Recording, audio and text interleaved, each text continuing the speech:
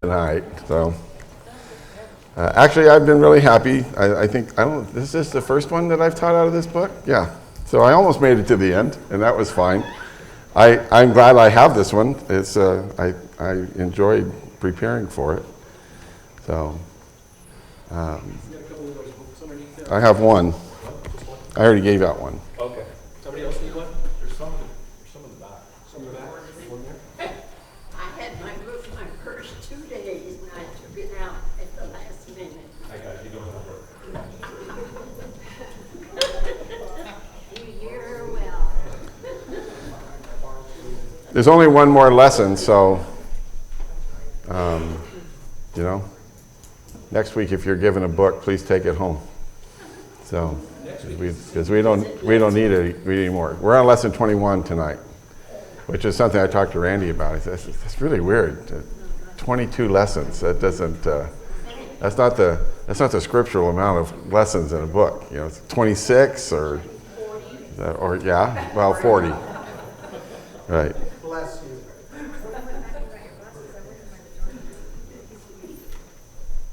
I was just going to ask Sam to lead us in opening prayer, and he walked out. So, Jonathan, would you lead us? It's all about. Heavenly Father, we thank you for this time that we have to come together. We are so thankful for your word revealed to us through the Bible. So thankful that it has been preserved for us, that we can look into it and trust it and look to you to guide us in our lives. We pray that you be with Dan as he walks us through this class, be with us all as we look through this material. These things we pray in your son's name. Okay, thank you. So I'm assuming that all of you that had books have at least read the lesson or are familiar with it.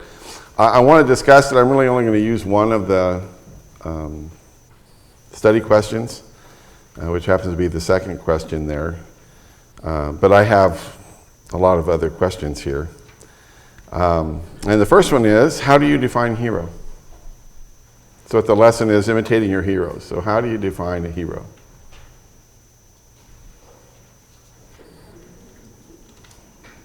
Okay, Cindy? Someone who actually goes above and beyond. Okay. Somebody that goes above and beyond. Jonathan? Somebody who saves the day. Somebody who saves the day? Mike? Someone we want to pattern our lives after. Okay. Someone we want to pattern our life after? That's a good one.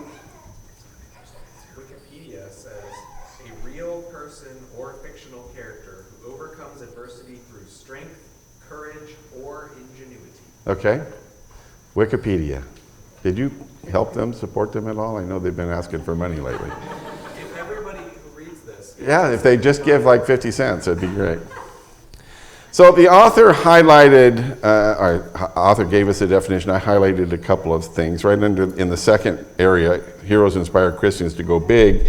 He said heroes are people who demonstrate common virtues in a big way. And then across the page, at the end of that next paragraph, as he's discussing Zacchaeus and the rich young ruler, he said, from these two men, Christians learn that heroes go big.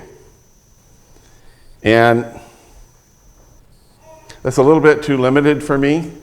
And I put a note out to the side. It seems like every time I'm teaching from one of these books, and some of you do the same thing, and I understand it, we kind of diss on the author, and how they missed this or that. And listen, I know how much work goes into developing a lesson. I'm very familiar with that. And so I'm not wanting to denigrate his work. He did a good job on this.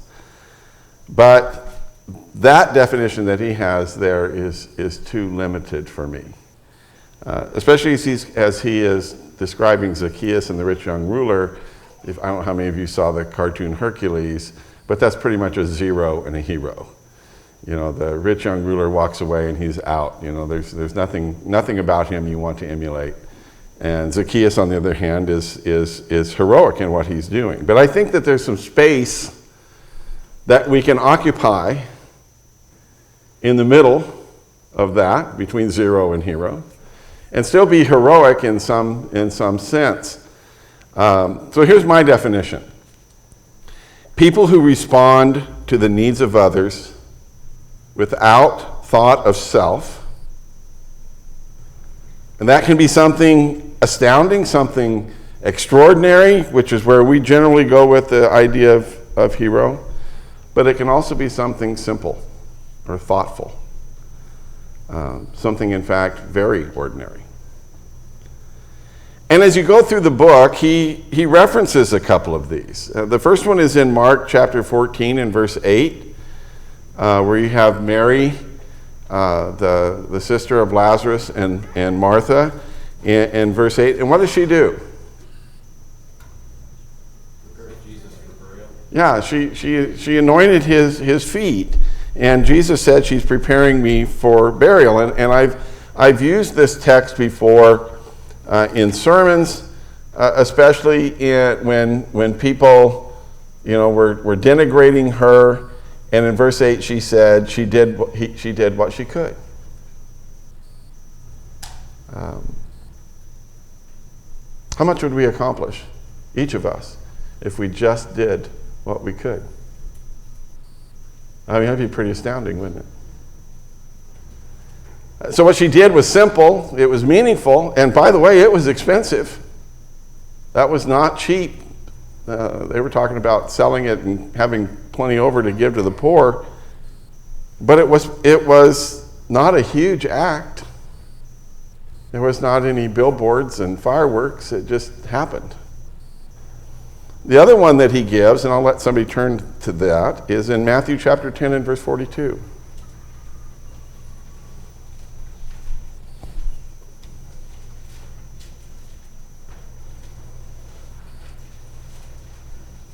And what does that say? Whoever gives one of these little ones just a cup of cold water to drink in the name of a disciple, truly I say to you, he shall by no means lose his reward. Okay? So if you do what? A cup of water. Just give a cup of cold water to someone who needs it. And again, that seems pretty simple and pretty ordinary. What if you're the one needing the water? Then it becomes heroic. In your eyes, anyway. So, it's not a heroic act to us, but it is a heroic act to that person. So what I want to just get your brains going a little bit there. And I want you to think of other people in the Bible that fit that kind of a category of heroism. I'm going to give you an opportunity. Let me just back this up a little. I'm going to give you an opportunity to share a hero from the Bible in a moment that is probably an outstanding hero, outstanding heroic act that fits all of your definitions that you gave. I just want you to dial it back a little bit and think of other people in the Bible that what they did, though probably not, you're not going to find them in the book of heroes that somebody writes about people in the Bible. What they did was heroic. Tim? The little boy that gave 5 loaves and 2 fish. Okay, yeah, I like that one. I mean, the little boy who gave his lunch to Jesus to feed the multitudes. It's been my experience with small children and their lunch that they're not really all that willing to share, They'd like to have that, and no matter how much you say, well, you'll get more, you'll have more than you had to begin with. I think that's a good example. Jonathan? Naaman's servant girl. Okay, all right, yeah, to step out and to say, I know there's a prophet over in Israel that could heal the master, and in fact that she was a slave to a foreign person and still willing to help them. Liz? Okay, that's one that I had. What did Dorcas do, or if you like her name better, Tabitha? She made all the garments that gave to people. Yeah, and are a lot of people doing that? Do people still do that? I know people that do that. But in whose eyes was she a hero? Widows. All of those widows. In fact, they're so proud of her and so amazed at her. Before Peter can even get to her to see what the situation, they're showing him what she's done for them. That's a great one, Mike, and then Tammy. I'm thinking of Titus going back to Corinth. Okay. That one took a lot of courage Yeah, it did. Yeah. We just talked about that in 2 Corinthians there, that he just made the journey there. And it just shows you how much he loved that congregation. I was thinking of the woman who ended up making a spare room in her house. So Oh, for Elijah? as he would Okay. travel. All right. Yeah, just to make room for him, the little grotto that she had for him, Sam? Thought of, I think it was Barnabas that ended up leaving Paul and taking John Mark. Okay, I'll repeat it. Yeah, so Barnabas, who took John Mark's defense and said, "I'll stay with him." That's huge. That is a really good example, because Paul was done with John Mark. He didn't want to have anything to do with him, but Barnabas came alongside and took him with him, and obviously was successful with that, because what does Paul say in 2 Timothy? He's a great use to me. Yeah, bring him with you, because he's important to me. Anybody else? Esther? Who? Esther? Esther, okay. Yeah. Yeah, what she did was, almost ready to put her in the big heroes point, because she put her life on the line to go in and talk to her husband. Abraham's servant who went to find a wife for Isaac, like how much he follows Abraham's instructions, and also I just love his prayer, like his prayer beforehand, when he's going to do it. I don't know, like he's just a cool guy. Like we don't even know his name, Yeah. but he does everything right. Yeah. And I've often wondered if he was the servant that Abraham wanted to become his heir earlier. But yeah. That's a long ways. Anybody else? I had one other, yes. Joseph of Arimathea. Okay. Yeah. I just think because he was. Yeah, and he almost is up there in that upper level. Because he's probably losing his position in the Sanhedrin. He's now coming out of the closet with regards, I'm a follower and believer of Jesus Christ, and to give up his tomb. Yeah, that's a good one. Yes, Mark? Jael. Pardon me? Jael. Jael or? The one that drove the tent. Yeah, I pronounce it Jael, that's fine. Yeah, that's gave him some milk so he'd go to sleep, and then drove the tent peg through his head. That was pretty clever anyway. She brought the leader of the army. Yes, opposing army. yes. That's huge. Okay, yes. Pharaoh's daughter rescuing Moses. Okay. Yeah, and so now once I open your mind up to possibilities, you start seeing that there's a lot of, I had the people in Jerusalem who sold their property and laid the money at the apostles' feet, just so that the people that had come from other places could stay there. I had the Macedonians in 2 Corinthians, the 8th chapter, who begged Paul to let them support the work and gave. And I don't know how much they gave. This guy over here, if he only had $10, he gave 10, so and that's a pretty heroic thing. Yes, Tim. I was thinking about the 12, or actually, I guess, all the disciples, that not for all they did later, but just for making the decision to follow Jesus. Yeah. Pretty heroic of them. Right. Well, and then the women that followed him and then supported him Exactly. out of their purses. So,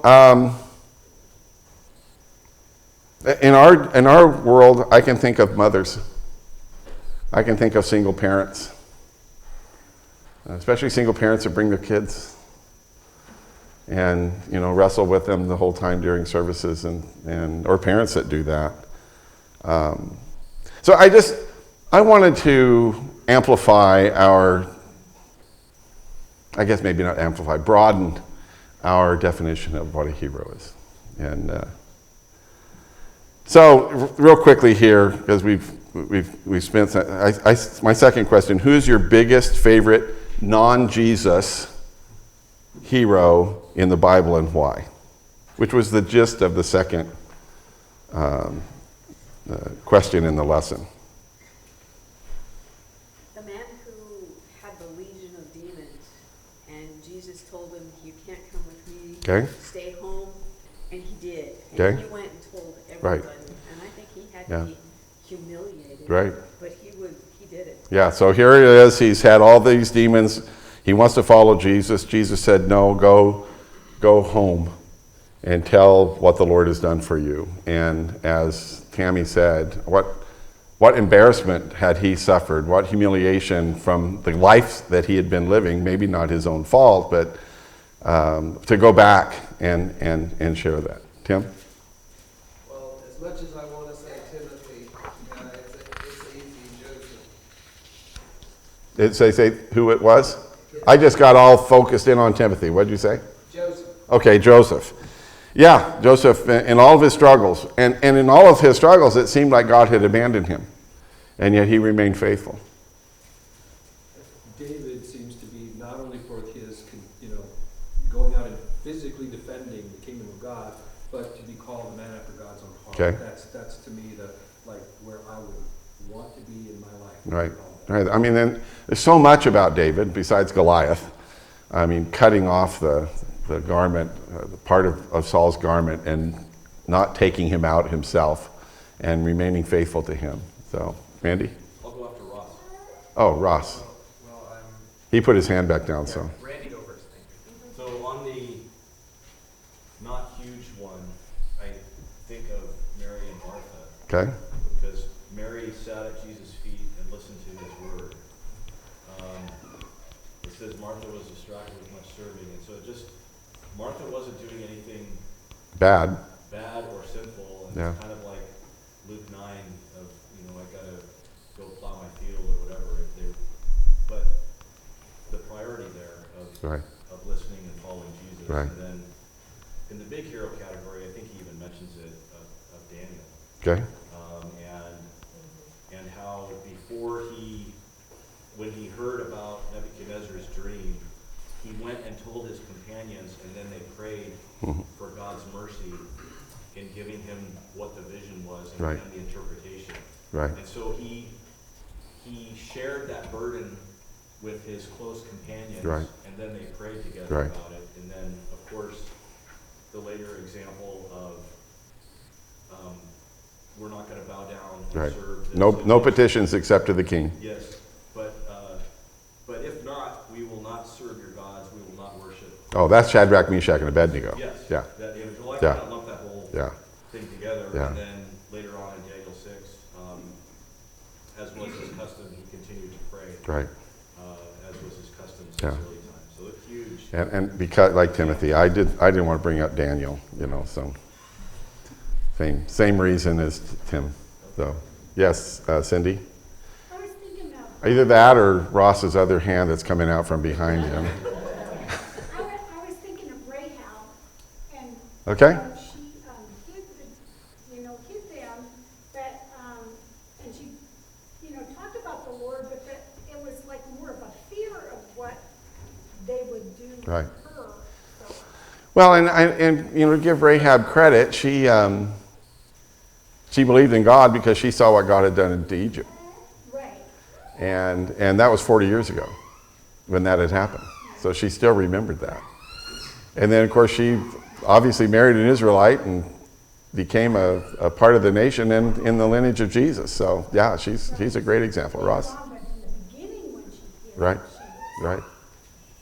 So apparently I shouldn't have let Randy go first, because I was going to say Daniel too. I was just trying to find one passage about him, but the reason I like Daniel is because to me he feels like one of the most relatable to our lives now because of how he lived in Babylon. And he's just doing the best he can Right.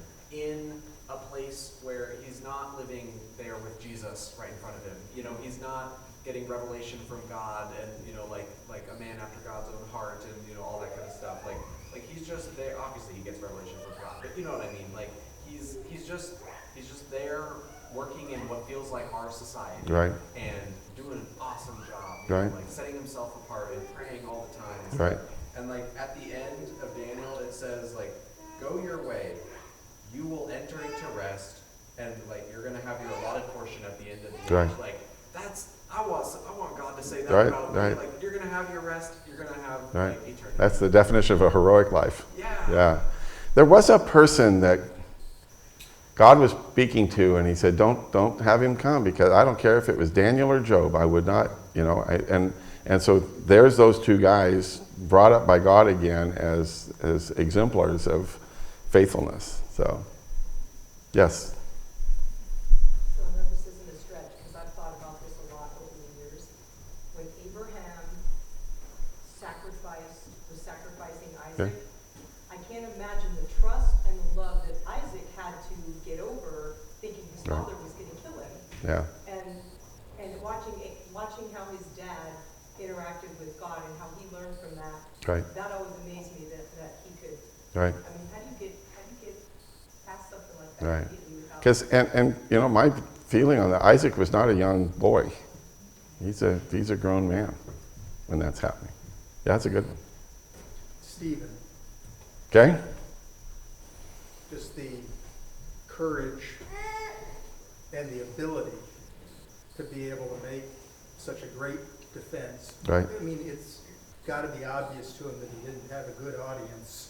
Yeah. Oh, And no. that it was probably not going to go well, but it Right. didn't matter. Right. And this is somebody we so oftentimes denigrate as a doubting apostle, which we've talked about. I don't believe that's where he was at. I mean, he was. No, Stephen was an apostle, but I mean, he's preaching to a rowdy bunch of guys, and winning the argument. And so their decision was, well, if we can't beat his argument, then we'll just kill him, which is the way that usually goes. So, all right. So just real quickly, I had Moses, who stood between God and Israel when God said, just stand back, Moses. I'm going to destroy them all, and we're starting over with you.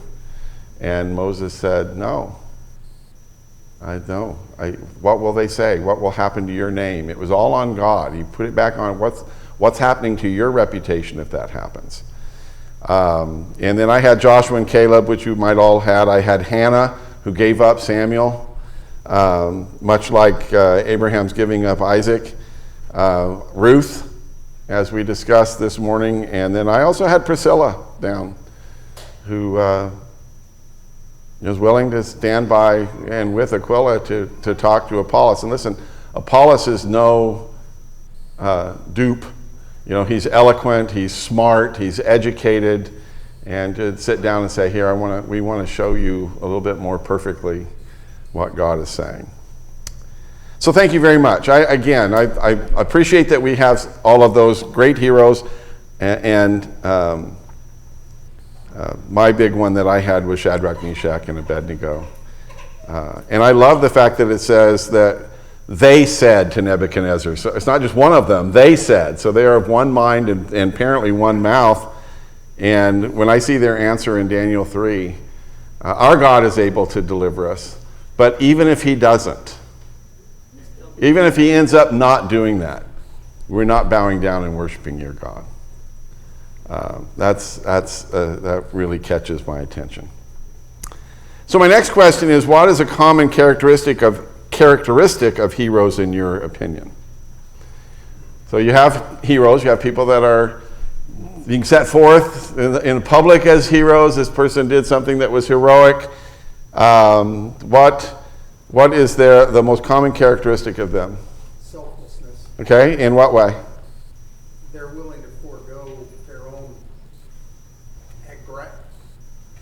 own grandeur, their own wishes, their whatever, their subject, and they give over to someone else. Okay, so they're willing to pass that off to others. Anybody else? Terry? Courage. Okay, courage, yes.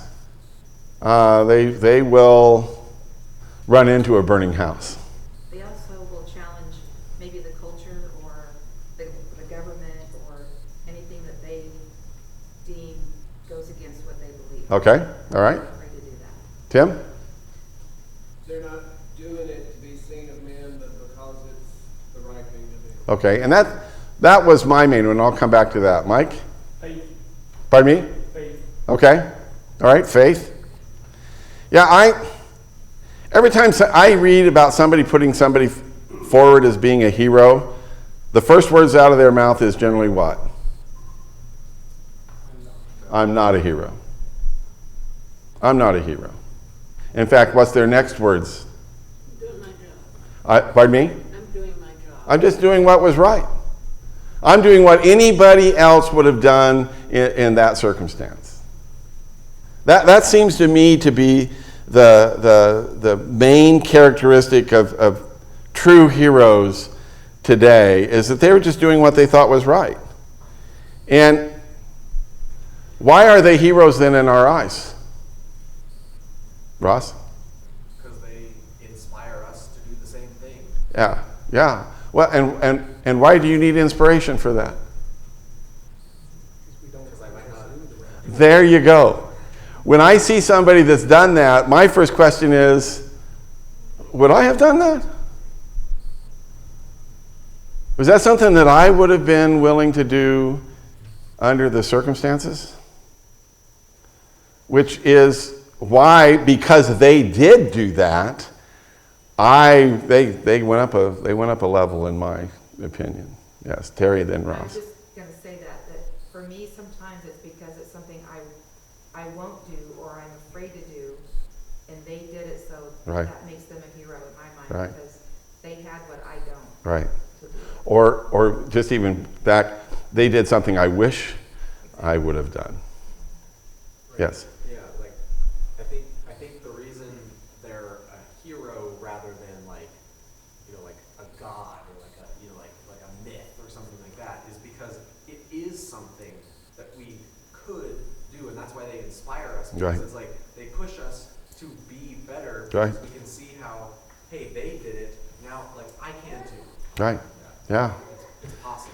It's just, I mean, and listen, I agree with the tenor of the lesson is we need to find those people who we see as heroic, need to find them in our lives, and then imitate them.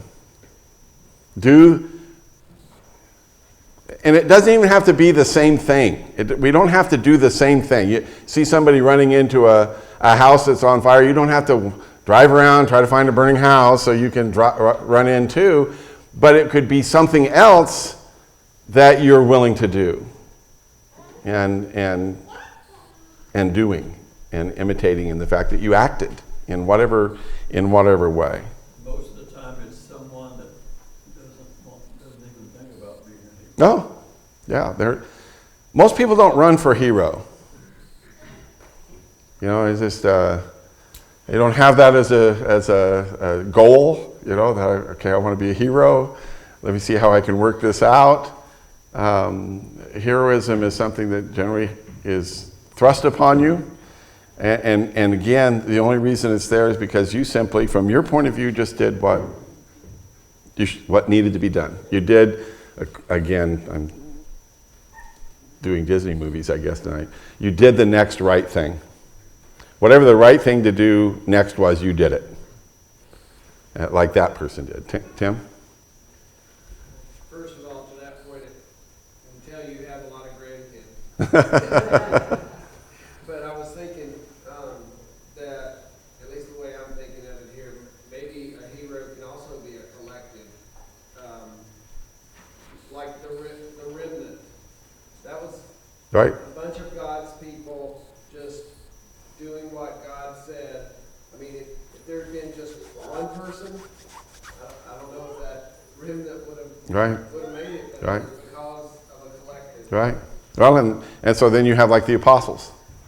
That was a group that were a group of heroes.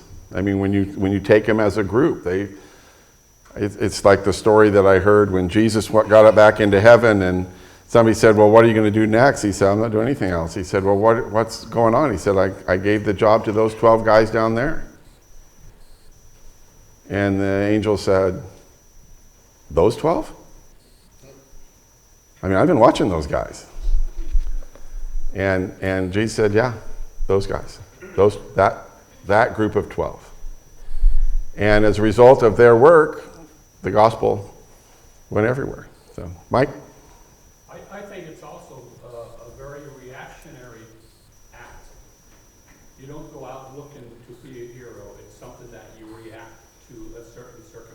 Right. Right. Yeah, it's and so maybe that common characteristic of heroes is a willingness to get involved, a willingness to put themselves on the line, a willingness to act and to do the right thing. Yeah. Yes. Just picking up on what Mike said, we both talked about Daniel, but in the first chapter, it says he purposed in his heart not to defile himself Right. with the king's delicacy. So that purpose carried through all of the decisions and actions that he did. Right. That we see. Right. And let's just take that just a step further. Where did Daniel? What's Daniel's status prior to Babylon? He was part of the royalty, wasn't he? Yeah, he's part of royalty. What kind of quality character do you see in the royalty of Judah at the time of the Babylonian captivity? No, it's nothing to write home about. Okay, so you have to think. Whoever Daniel's parents were, whatever royal connections they had, what kind of job did they do in raising Daniel? Got him a good nanny. Man. Because after he's away from home and taken out of there, and here's all this shrimp and barbecued pork and all of the lovely unclean foods that were there, and he's telling the guy, just give us leeks and vegetables. Not because of dietary, couldn't eat the other stuff physically, but because it violated his scruples from what he was raised to hold on to. I mean, if you want a hero book, I think the first 6 chapters of Daniel is gonna give that to you. All right, so my next question, which is always also something that was discussed in the book, is what are things that keep heroes humble?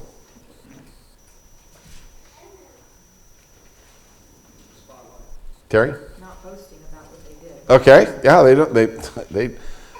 they don't boast about it. I just read, there was an article for December 7th at Pearl Harbor in Honolulu. And there were 2 Pearl Harbor survivors that were able to make it there. There's 15 left. And I think just one just died a couple of days ago. But one of the guys that was there played in the band, the Navy band. I don't know what instrument he played. But when you're in the Navy, I'm assuming that this is true, your job isn't just to play music, you'll have another job. You'll have another task on the ship. And his other task on the ship was go down to the ammunition room, wait for somebody to come and unlock it. And then there's this human conveyor belt of grabbing shells and passing them up to where the guns are. And so somebody was referring to him as being a hero.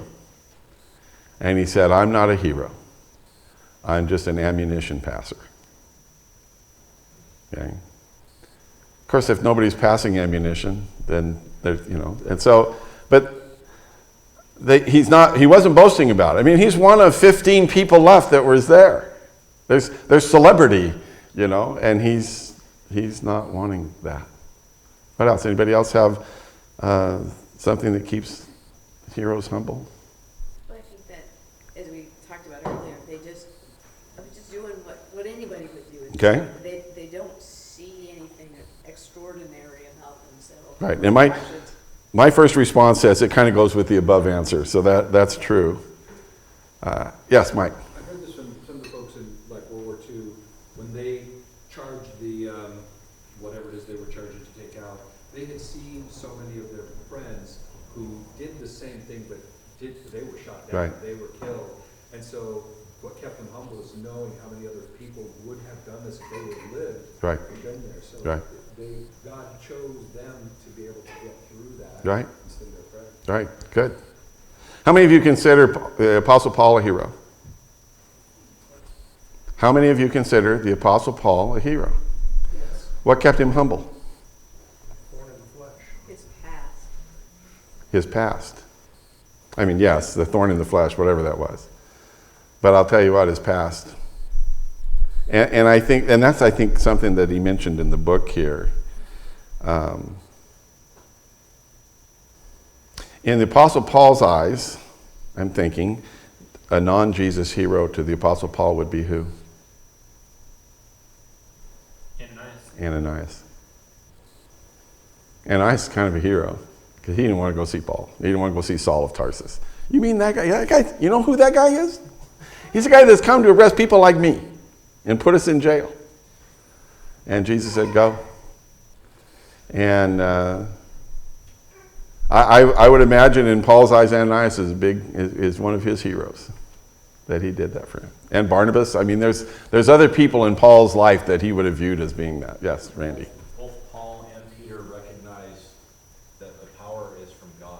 Right. I mean, Paul opens up Romans, not ashamed of the gospel of Jesus Right. Christ, for it is the power of God to salvation. And then in Acts, the 3rd chapter, Peter, after he healed the lame man, said, why do you look so intently at us, as by our own power of godliness we made this man walk. Right. So recognizing Right. that the power and the glory came from God. Right.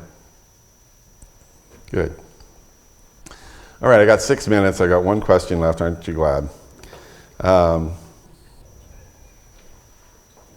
This is going to take some thought on your part. That's why I got your brains all warmed up before I gave you this question. And the question is, how does it make you feel that others consider you a hero? Because I'm guessing there are a few of you that there are very few of you who might think of yourselves that you're actually a hero to someone. I mean, you just wouldn't think that. But I'm equally sure that there are people who look at you and see you as a hero. So let's assume that that's the case, that there are people in your life that are looking at you as being heroic. How does that make you feel? Tim? Give God the glory. Okay. All right. I like that answer. Sam? Uncomfortable. Okay. There's a lot of responsibility to wear. Okay. Yeah, it is. I mean, And it's like, me? yeah. No. Yeah, surely you can find somebody else, kind of a thing. I'll just give you some examples. I think probably your kids, if you are a parent, look at you as being a hero. When they were small. Well, that now brings up grandkids. Neighbors, co-workers, other family members. I mean, there's a reservoir of possible people in your life that may contain some people that look at you as being heroic. And I'm not talking about the big hero. That's why we started off with the smaller ones that are going on there. And even if you can't, and I like the two answers, one uncomfortable and the other giving glory to God. Even if you can't imagine it, then please pretend how you think you would feel if you thought that there were people who were looking at you as being heroic. Yes, Ross? I think I would feel grateful for the opportunity, and I'll explain it. So, like, I have looked up to people like, for instance, Daniel Reeves and Jonathan Keene, Nate McCowan. Like, there's been people in my life that are, like a little bit ahead of life than where I am. And Right. I just look at them and I think about how they live their life, and I appreciate it and ask them questions and all that. And so, like, if I were to hear that there was somebody who looked at me that way, I would be so grateful that I was given the same opportunity to do that to all the people who helped me. you Right. know? Like, if somebody else saw me that same way, like, I would be floored and just so grateful that God was using me that way, because I benefited so much from the people who Okay. Okay. benefit me. I like that. I like the fact that you can turn it around to be something to be thankful for. And I appreciate that. Anybody else? If you thought somebody was looking up to you as a hero, would that make you in any way, shape, or form more aware of your actions? Debbie? That's what I was gonna say, is that you don't wanna mess it up and Yeah. mess them up, but Yeah. You know, Yeah. but you have more pressure If you're using me as an example, Yeah, that's scary. then I need to be careful. And that's probably a pretty good rule of thumb for all of us, because we don't know who's watching us. We don't know who's looking at us as being an example. And so every decision, every action can have an impact on that person that we don't know that's looking at us. And Or it could be someone we do know. Oh, yeah, like yeah. our children or right, grandchildren. right. Terry? I was just gonna say what you said, that I would feel humbled because it could be a gentle or maybe a very abrupt reminder that you are being watched, for better or for worse. Right, right, Not even aware that an action can have that kind of an impact right, on somebody. right. So, I mean, I had 3 things down, and you pretty much all covered. I'm more aware of your actions. I brought that one up, but humble and appreciative. It gets back to Ross. And it's not a proud thing, but I guess I would rather have somebody looking at me as a hero than some worldly music artist, or some other sort of person that is a hero in our society. Somebody turn to Hebrews 11 and verse 1, and we'll close with that passage. Yes, Terry? I just want to say one more thing. It's also a reminder to me that if you see that trait or that kind of an action in somebody, tell them. Yeah. Because that could mean the world to Right, them. yeah. And if you recognize those qualities and you don't bring it to their attention, Right? Yeah, just, you think it's a loss. I so much appreciate you. I appreciate what you do. I appreciate your example. Thank you for the encouragement. Yeah? Who has Hebrew, or second, excuse me, I'll get it right. 1 Corinthians chapter 11 and verse 1. 1 Corinthians, did I say something different? I said Hebrews first? Well, Hebrews 11 has a lot of heroes in it, but that's not the passage I want. 1 Corinthians chapter 11, verse 1. Be imitators of me as I am also of Christ. Okay? Which is the whole point of this lesson. Find heroes and imitate them. And the key for imitation is, as Paul did, Paul said, go ahead, follow me, but only in one way. And that's as I follow Christ. Okay. So maybe this class didn't, it went sideways from what you thought we were going to do. But I just, as I was looking it over, I was thinking, I'll just turn this into a discussion class rather than a lecture.